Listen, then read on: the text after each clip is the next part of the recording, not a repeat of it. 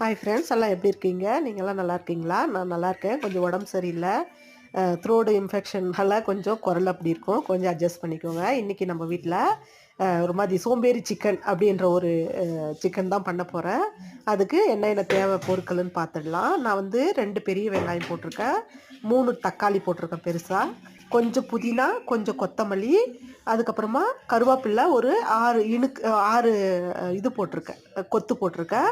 அதுக்கப்புறமா பச்சை மிளகா 5 பச்சை மிளகா, ஒரு துண்டு இஞ்சி, கொஞ்சமாக பூண்டு, அதுக்கப்புறம் கொஞ்சம் மிளகு, அது வந்து செதைச்சி போட்டிருக்கேன். ஒரு மாதிரி ரஃப்பாக அடித்து பிளெண்ட் பண்ணி போட்டிருக்கேன். அதுக்கப்புறம் நம்ம என்ன போட்டோம்னாக்கா ஜீரகத்தூள், மிளகாத்தூள், தனியாத்தூள், கரம் மசாலா, உப்பு, மஞ்சத்தூள் இதெல்லாம் போட்டுட்டு 1 கப்பு தயிர் ஊற்றி நல்லா அதை ஃபஸ்ட்டு அதில் இருக்கிற அந்த தக்காளிலேயே வெங்காயத்துலேயும் இருக்கிற வாட்டர் வெளியே வர அளவுக்கு போட்டு எல்லாம் நம்ம நல்லா மிக்ஸ் பண்ணிவிட்டு, அதுக்கப்புறமா நான் 3/4 கேஜி சிக்கனை வந்து நல்லா கழுவி வச்சுருக்கேன் மஞ்சள் பொடி போட்டு, அதுவும் போட்டுக்கலாம். அப்புறமா அந்த பிளெண்ட் பண்ணோம் இல்லைங்களா, அதில் கொஞ்சம் தண்ணி விட்டு, அந்த தண்ணி மட்டும்தாங்க இதுக்கு, வேறு எந்த தண்ணியும் நம்ம இதில் யூஸ் பண்ண போகிறதில்ல.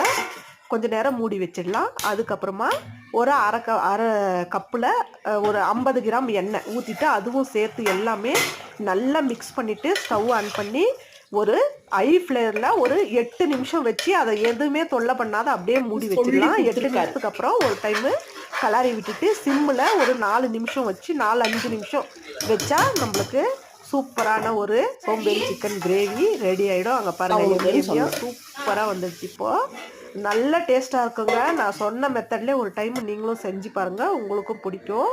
இங்கே பாருங்கள், ஒரு பக்கம் ரைஸும் வச்சாச்சு, சுட சுட ரைஸ் போட்டு அது சிக்கன் வச்சு கொஞ்சமாக கபாப் செஞ்சோம். அந்த கபாப் செஞ்சேன், அதை வச்சுருக்கேங்க நான்.